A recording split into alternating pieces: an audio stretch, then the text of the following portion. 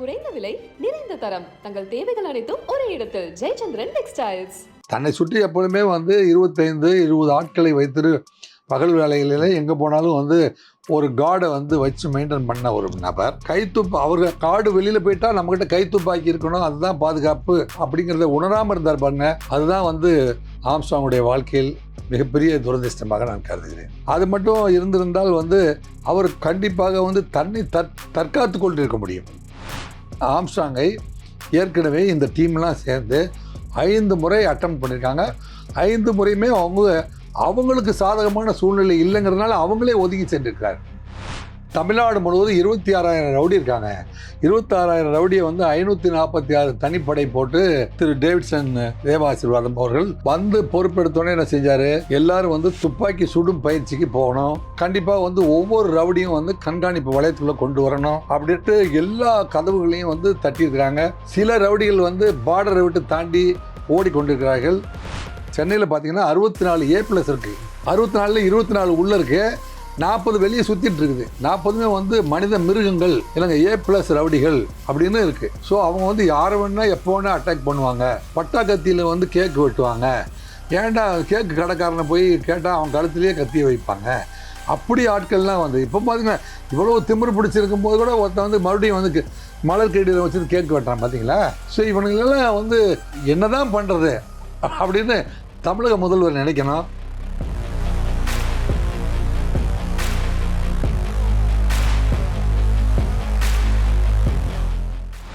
இவ்வளவு எதிரிகள் இருக்காங்க அப்படிங்கிறது ஆம்ஸ்ட்ராங் எப்படி உணராமல் இருந்தார்? ஆம்ஸ்ட்ராங் தன்னை இவ்வளவு கடுமையாக திட்டம் போட்டு எதிர்ப்பார்கள் என்று சற்றிலும் எதிர்பார்க்கவில்லை.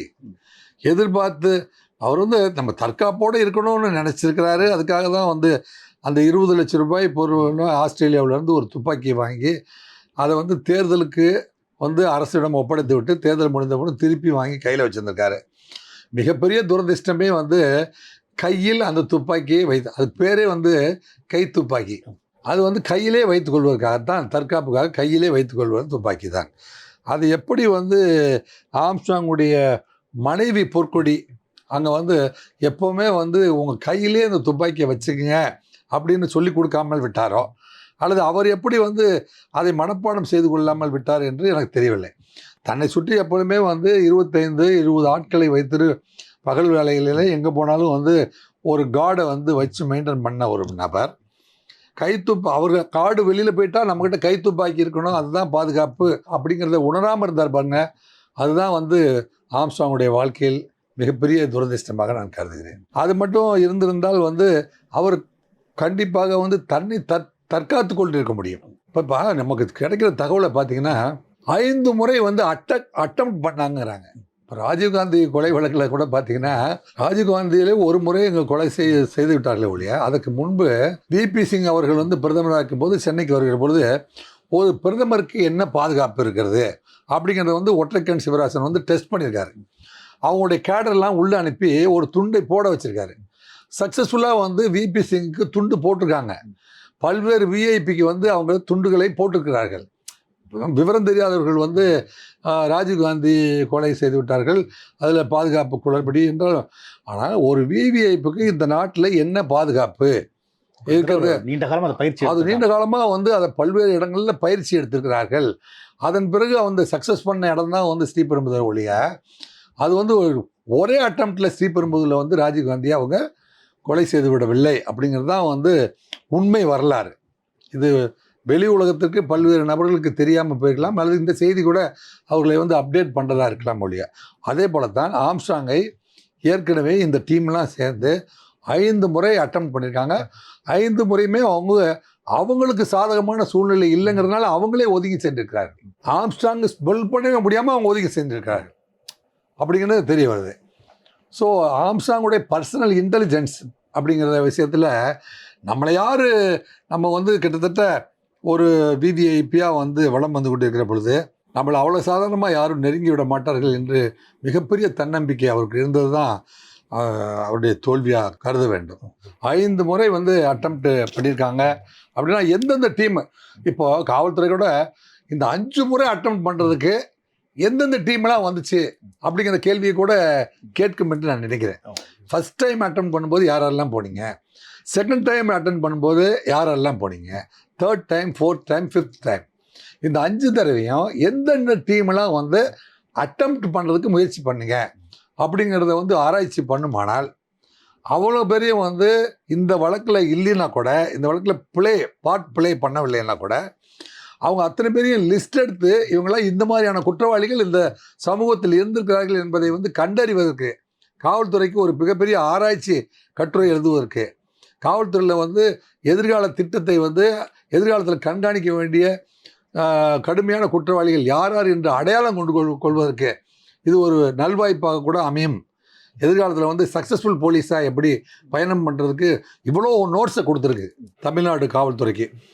இதெல்லாம் வந்து காவல்துறை உணர்ந்ததுனால தான் இன்றைக்கி வந்து கிருஷ்ணகிரியில் என்சிசி கேம்புக்கு சென்றிருந்த இளம் வயது பெண்ணை வந்து பாலியல் பலாத்காரம் செய்யப்பட்டதாக அறியப்படுகிற அந்த நபரை வந்து கடுமையாக துரத்தி போய் பிடிக்கிற பொழுது அவர் சுவற்றை தாண்டி குதித்து ஓட முயற்சி செய்கிற பொழுது அவருக்கு கால் உடைந்ததை காவல்துறை ரொம்ப கஷ்டப்பட்டு மாவு கட்டு போட்டு மருத்துவமனையில் வைத்து இப்போ கிட்டத்தட்ட வந்து ஒரு 10-15 பேருக்கு காலில் சுடப்பட்டு மாவு கட்டு போட்டு அத்தனை பேரையும் வந்து மருத்துவமனையில் வச்சு பாதுகாப்பு கொடுத்து இப்போ காவல்துறை செய்து கொண்டிருக்கிறது என்றால், அப்போ 10 பேர் மாவு கட்டு போட்டு பாத்ரூமில் வலிக்கு இருந்து காம்பவுண்ட் சுவரை தாண்டி போதெல்லாம் இவனெல்லாம் காலை உடைச்சிக்கிறாங்களே பாதுகாப்பு இல்லாமல் அப்படின்னு காவல்துறை கவலைப்படுறதில்ல இல்லையா? கவலைப்பட எவ்வளோ அக்கறை காட்டுது.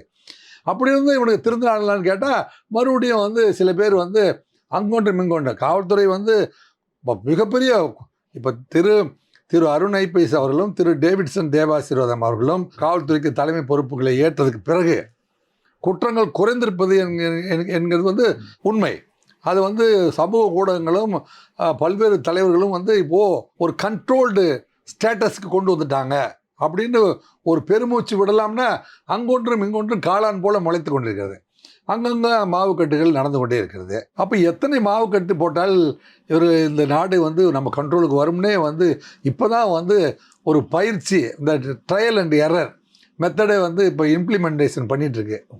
அப்போ எவ்வளவு நீட்ஸ் இருக்குது அப்படிங்கிறது தமிழ்நாடு முதல்வர் கூட இப்போ ஏற்படுற நிகழ்வுகள்லாம் காவல்துறை தமிழ்நாடு முழுவதும் 26,000 ரவுடி இருக்காங்க. 26,000 ரவுடியை வந்து 546 தனிப்படை போட்டு வந்து திரு டேவிட்சன் தேவாசீர்வாதம் அவர்கள் வந்து பொறுப்பெடுத்தோன்னே என்ன செஞ்சார், எல்லோரும் வந்து துப்பாக்கி சுடும் பயிற்சிக்கு போகணும், கண்டிப்பாக வந்து ஒவ்வொரு ரவுடியும் வந்து கண்காணிப்பு வளையத்துக்குள்ளே கொண்டு வரணும் அப்படின்ட்டு எல்லா கதவுகளையும் வந்து தட்டியிருக்கிறாங்க. சில ரவுடிகள் வந்து பார்டரை விட்டு தாண்டி ஓடிக்கொண்டிருக்கிறார்கள், சிலர் தன்னுடைய வாளை சுருட்டி வைத்து கொண்டிருக்கிறார்கள் என்றெல்லாம் நமக்கு தகவல்கள் வருகிறது. அது வந்து பெருமைக்குரிய ஒரு விஷயமாக இருக்கிறது. அதே போல் சென்னையில் வந்து 4,000 ரவுடிகள் இருக்காங்க. இந்த 4,000 ரவுடியை வந்து பார்க்குறதா நம்ம வேலை, இல்லை பொதுமக்கள் வந்து போக்குவரத்தை சரி செய்வதா, தினசரி நடக்கிற சாதாரண குற்றங்களில் விசாரணை, சொத்து வழக்குகள் சம்பந்தமான விசாரணையை மேற்கொள்வதா, இல்லை ஏற்கனவே பதிவு செய்யப்பட்ட வழக்குகளை வந்து நீதிமன்றத்துக்கு அனுப்புவதும் சாட்சிகளை ஏற்பளிப்பு செய்வதும் அந்த பணியை செய்வதா, இதையெல்லாம் தாண்டி இந்த 4,000 பேரையும் இந்த 26,000 பேருக்கு பின்னாடியே வந்து துரத்தணுமா? அப்போ காவல்துறைக்கு ஒரு மிகப்பெரிய ஸ்ட்ரென்த் நீடு இருக்குது, இன்வெஸ்டிகேஷனுக்கு ஒரு மிகப்பெரிய ஸ்ட்ரென்த் போட வேண்டிய அவசியம் இருக்குது அப்படிங்கிற நோட்ஸை வந்து இது வந்து தமிழக முதல்வருக்கு அள்ளி வழங்குகிறது. தமிழக முதல்வர் கண்டிப்பாக இந்த இவ்வளோ வேலைக்கு பழுவை வந்து சுமந்து கொண்டிருக்கிற, கழுத்து சுழுக்குகிற அளவிற்கு காவல்துறை வந்து இந்த பணியெல்லாம் சுமக்கிறார்களே, இவர்களை இலகுவாக்கும் வகையில் வந்து இன்னும் வந்து தேவையான அளவுக்கு கான்ஸ்டபிள்ஸை ரெக்ரூட் பண்ணி இன்வெஸ்டிகேஷனுக்கு தனியார் டீமையும், கோர்ட்டு ஒர்க்கை பார்க்கறதுக்கு தனியார் டீமையும் போட்டால் இந்த 26,000 இந்த 4,000 அப்படியே அதை நிலைமை கொண்டு வர்றதுக்கு, பிபி வந்து 170 இருந்துச்சுன்னு வைங்களேன், அதுக்கு என்ன செய்வாங்க, 1 மாதம் 2 மாதம் மாத்திரை போட்டு அதில் வந்து 104.8 இது கீழே கொண்டு வரணுமா இல்லையா? அதனால் பிபி ஹையாக இருக்குது. 26,000 4,000 ஏற்க முடியாது. தமிழ்நாட்டில் சென்னையில் பார்த்தீங்கன்னா 64A+ இருக்குது, 64ல் 24 உள்ளே இருக்குது, 40 வெளியே சுற்றிட்டு இருக்குது. 40மே வந்து மனித மிருகங்கள் இல்லைங்க, A+ ரவுடிகள் அப்படின்னு இருக்குது. ஸோ அவங்க வந்து யாரை வேணால் எப்போ வேணால் அட்டாக் பண்ணுவாங்க, பட்டா கத்தியில் வந்து கேக்கு வெட்டுவாங்க. ஏன்டா கேக்கு கடைக்காரனை போய் கேட்டால் அவன் கழுத்துலேயே கத்தியை வைப்பாங்க. அப்படி ஆட்கள்லாம் வந்து இப்போ பார்த்தீங்கன்னா இவ்வளோ திமிரு பிடிச்சிருக்கும் போது கூட ஒருத்தன் வந்து மறுபடியும் வந்து மலர் கேடியில் வச்சு கேக்கு வெட்டுறான் பார்த்தீங்களா? ஸோ இவனுங்களெல்லாம் வந்து என்னதான் பண்ணுறது அப்படின்னு தமிழக முதல்வர் நினைக்கணும். காவல்துறைக்கு வந்து இதே மாதிரி சப்போர்ட் பண்ணணும். எனக்கு இன்வெஸ்டிகேஷனுக்கு ஒரு டீமையும் கோர்ட்டுக்கு போகிறதுக்கு ஒரு டீமையும் தயவு செஞ்சு இந்த இது இனிமேலாவது தமிழக காவல்துறைக்கு வந்து நீங்கள் வந்து ஃபுல்ஃபில் பண்ணி காவல்துறையுடைய சுமையை குறைக்கணும். அவங்களும் வந்து குடும்பத்தை பார்க்கணும். ஏன்னா அவங்களுக்கும் புள்ளைக்குட்டி இருக்குது, குடும்பம் இருக்குது, அவங்க பாதுகாப்பாக இருக்கணும், அவங்க குழந்தைகளை படிக்க வைக்கணும் போன்ற செயல்களுக்கெல்லாம் வந்து உன்னிப்பாக கவனித்து இந்த காவல்துறையை வந்து அப்கிரேடு பண்ணி வச்சா இந்த நாடு வந்து தமிழ்நாட்டில் இந்திய மாநிலங்களையே முதல் மாநிலம் தமிழ்நிலம். இந்த குறைபாடுகள் மட்டும் கலைஞ்சிட்டா அந்த இடத்த பிடிச்சிடலாம். நம்ம வந்து என்னைக்கெல்லாம் மேடையில் போய் இந்திய உலகத்தில் இருக்கிற மாநிலங்களே தமிழ்நாடு முதலிடம், இந்திய மாநிலங்களே தமிழ்நாடு முதலிடம் நீங்கள் என்னைக்கு சொல்கிறீங்களோ அடுத்த நாள் ஒரு பிரச்சனை நமக்கு வந்து அழகான முகத்தில் ஒரு கரும்புள்ளி வைக்கிற மாதிரி ஒருத்தன் வந்து ஒரு கோளாறை பண்ணிடுறாங்க. செய்தியும் ஊடகங்களும் வந்து அதை வந்து தடை செய்து கொண்டு இருக்கிறது. எனவே வந்து கரும்புள்ளி இல்லாத முக வடிவமைப்பை உருவாக்குவதற்கு வந்து இப்போ நாங்கள்லாம் கோஆப்ரேட் பண்ணுறோம், காவல்துறை கோஆப்ரேட் பண்ணுது, விவசாயி கோஆப்ரேட் பண்ணுறாங்க, 40 உங்களுக்கு வள்ளி வழங்குறாங்க, உங்களை நம்புகிறாங்க. என்னங்க டாக்டர் கலைஞர் அவர்களுக்கு இந்தியாவே நம்பி என்ன செய்யுது? தமிழக அரசியல் மட்டுமல்ல இந்திய அரசியலில் ஒரு அசைக்க முடியாத கிட்டத்தட்ட 50 ஆண்டுகளாக இந்திய அரசியலில் தவிர்க்க முடியாத ஒரு தலைவராக வலம் வந்தவர் அப்படிங்கிறத வந்து மத்திய அரசு உணர்ந்து இன்றைக்கி வந்து அவருடைய நூற்றாண்டு விழாவில் நாணயத்தை வந்து வெளியீடு செய்து என்னங்க முதல்வர் வந்து நேரடியாக கூப்பிட்டு என்னங்க எதிரும் புதிருமாக அரசியலில் இருந்த போதிலும் நேராக கூப்பிட்டு உங்கள் அப்பா வந்து இவ்வளோ சிறந்த அரசியல் நடத்தினவர் அப்படின்னு வந்து இன்றைக்கி தலைமை செய்தியாக வந்து அந்த செய்திகள் வந்திருக்கிறது. திரு அண்ணாமலை போன்றவர்கள், திரு எல் முருகன் போன்றவர்கள்லாம் வந்து அந்த நாணயத்தை பெற்றுக்கொள்வதிலே பெரும் மகிழ்ச்சியும் பேரார்வம் கொண்டு வந்து கலந்து கொண்டிருக்கிறார்கள். இதையெல்லாம் புரிந்து கொண்டு பெரும் பொறுப்பில் இருக்கிற தமிழக முதல்வர் அவர்கள் இந்த காவல்துறைக்கு மட்டும் வந்து கொஞ்சம் அப்டேஷன் கொடுத்து பொதுமக்களுடைய பாதுகாப்பை உறுதி செய்ய வேண்டும். அந்த நிலையை நீங்கள் எட்ட வேண்டும். மீண்டும் மீண்டும் வந்து உங்களை கேட்டுக்கொள்கிறேன். இப்போ இந்த கொலை வழக்கில் பார்த்தீங்கன்னா ஃபஸ்ட்டில் இருந்தே இப்போ ரஞ்சித் உட்பட இப்போ புதுசாக வந்து பிஎஸ்பியோட தலைவராக பொறுப்பேற்றிருக்கிற ஆனந்தன் உட்பட எல்லாருமே சொல்லிக்கிட்டு இருக்கிறதுனா இது ஒரு அரசியல் படுகொலை அப்படின்னு சொல்லிட்டே இருக்காங்க. இது வரைக்கும் இதுக்கு வழக்கு விசாரணையிலிருந்து இதுக்கு பின்னாடி ஒரு அரசியல் பின்னாடி இருக்கிறதா உணர்றீங்களா? நான் வந்து நீண்ட நாட்களாக தற்போதைய பகுஜன் சமாஜ் கட்சியினுடைய தலைவர் திரு ஆனந்த் அவர்களுடைய ஸ்டேட்மெண்ட்டை வந்து உற்று கவனித்து கொண்டு தான் இருக்கிறேன். அப்பொழுது அவர் சொல்வதெல்லாம் வந்து அந்த பெரும் முதலீடை வந்து இறக்குமதி செய்தவர் யார் என்கின்ற கேள்வியை நான் கேட்குற கேள்வியை தான் கிட்டத்தட்ட அவரும் கேட்கிறார் என்று நான் நினைக்கிறேன். அந்த கேள்வி வந்து அவர் மனதில் மட்டுமல்ல பல்வேறு நபர்களுடைய மனதிலும் இருக்கிறது.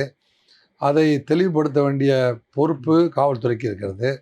காவல்துறை கண்டிப்பாக அதை வெளியே கொண்டு வரும் என்று நான் கருதுகிறேன். ஆனந்த் சொல்கிற பொழுது கழுத்து வரை வந்திருக்கிறது, 25 பேர் கைது செய்துவிட்டார்களே, இன்னுமா நீங்கள் திருப்தி அடையவில்லை என்று அவரிடம் கேட்கிற பொழுது கழுத்து வரை வந்திருக்கிறது, முழுமையடையவில்லையே என்று அவர் குறிப்பிடுகிறார். அப்படின்னா என்ன அர்த்தம்? தலை யாருன்னு தெரியல. அதுக்கு நம்ம வந்து பெரிய சொற்பொருள் விளக்கம் கொடுப்பதற்கு நாம் தயாராகவில்லை. ஏன்னா அவங்க வந்து அதுக்கு உரிமையாளர்கள். ஏன்னா அவங்க வந்து தன்னுடைய அண்ணனை, தன்னுடைய தலைவனை இழந்திருக்கிறார்கள். அதற்கான உண்மையான எதிரி யார் என்பதை நீதிமன்றத்தில் உரிய தண்டனையை பெற்றுக் கொடுக்க வேண்டிய கடமையும் பொறுப்பும் அவர்களிடம் இழந்திருக்கிறது. எனவே அவர்கள் அப்படி குறிப்பிடுகிறார்கள். அப்படி குறிப்பிடுவதில் மிகப்பெரிய தவறு எதுவும் இல்லை என்று கூட கருதுகிறோம். இதில் முட்டை கிருஷ்ணன், சம்பவ செந்தில், சூசிங் ராஜா இவங்கெல்லாம் அரெஸ்ட் பண்ணப்பட்டால் அதுக்கு ஒரு விடை கிடைக்கலாம். இவங்களெல்லாம் அரெஸ்ட் பண்ணிட்டா கண்டிப்பாக விடை கிடைக்கும். அதனால தான் வந்து இப்போ சிபிஐ விசாரணை தேவை என்று கோட்டையை நோக்கி குரல் எழுப்பிய அத்தனை பேருமே வந்து இன்றைய தினம் அந்த குரலை குறைத்து கொண்டு விசாரணை நேர்மையான முறையிலும் ஒரு நேர்வழியில் சென்று கொண்டிருக்கிறது என்று கருதுகிறோம் என்கின்ற அளவிற்கு பதிவு செய்கிறார்கள் என்று சொன்னால் காவல்துறை அனைத்து மக்களாலும் திருப்தி அளிக்கின்ற வகையிலும் பாராட்டுகின்ற வகையிலும் சென்று கொண்டிருக்கிறது. இந்த நிலையில் வந்து காவல்துறையுடைய செயல்பாடுகளுக்கு நாமெல்லாம் ஒத்துழைப்பு நல்குவதோடு அவர்களுக்கு வாழ்த்துக்களையும் தெரிவிப்போம்.